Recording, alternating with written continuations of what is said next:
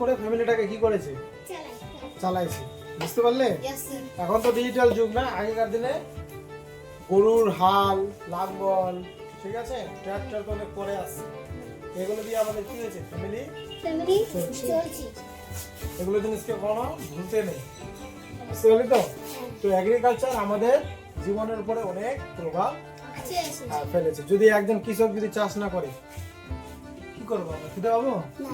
তোমার কাছে টাকা যতই থাকুক তোমাকে খাবার তো লাগবে। ঠিক আছে, তো চলো এগ্রিকালচার এই টপিকসটাকে আমরা শুরু করি। ভারত একটি কৃষি প্রধান দেশ, তাই না? কারণ এখানে প্রায় 70 to 80% মানুষ কি আছে, কৃষি কাজের উপর নির্ভর করে আছে। আমাদের প্রধান খাদ্যশস্য হচ্ছে ধান। ঠিক আছে, ধান থেকে আমরা কি পাই, চাল পাই, তাই তো? তারপরে আরো অন্যান্য ফসল হচ্ছে পাট, গম, ভুট্টা, আখ। ঠিক আছে, এর মধ্যে অনেকগুলো হর্টিকালচার আছে। ঠিক আছে, চা পাতা, আনারস, ঠিক আছে, এগুলো অনেকগুলোই কি আছে, ফসল রয়েছে। ঠিক আছে, বিভিন্ন জায়গায় যেরকম ঋতু সেরকম সেই ঋতু অনুযায়ী ফসল চাষ হয়। ঠিক আছে, যেমন স্বাভাবিক ঋতুতে যেখানে টেম্পারেচার কম থাকে সেখানে কি হয়, আপেল হয়, তাই না, গ্রেপস আঙ্গুর হয়, ওয়াটারমেলন, স্ট্রবেরি, এগুলো বেশি টেম্পারেচারে কি হবে না।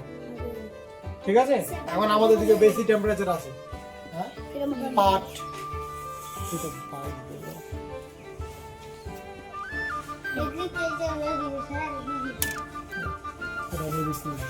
যেমন পাট, পাটে কি হয়, অনেক টেম্পারেচার লাগে, লাগে না?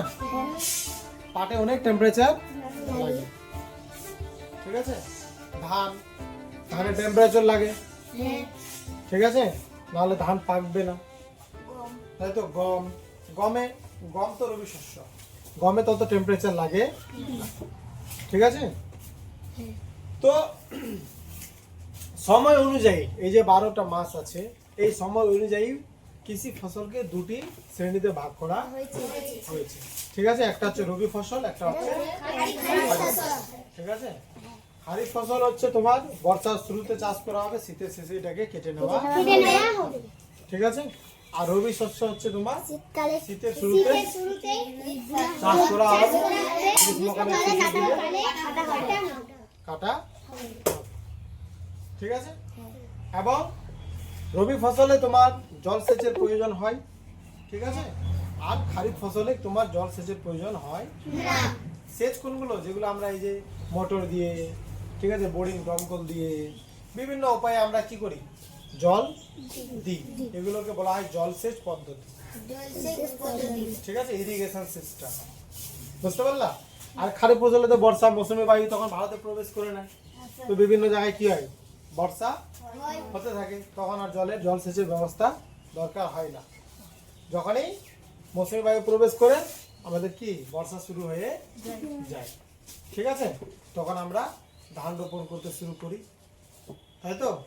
ধানে প্রায় 180 থেকে 200 সেন্টিমিটার কি লাগবে, বৃষ্টিপাত লাগবে। ঠিক আছে, মনে থাকবে? মনে থাকবে?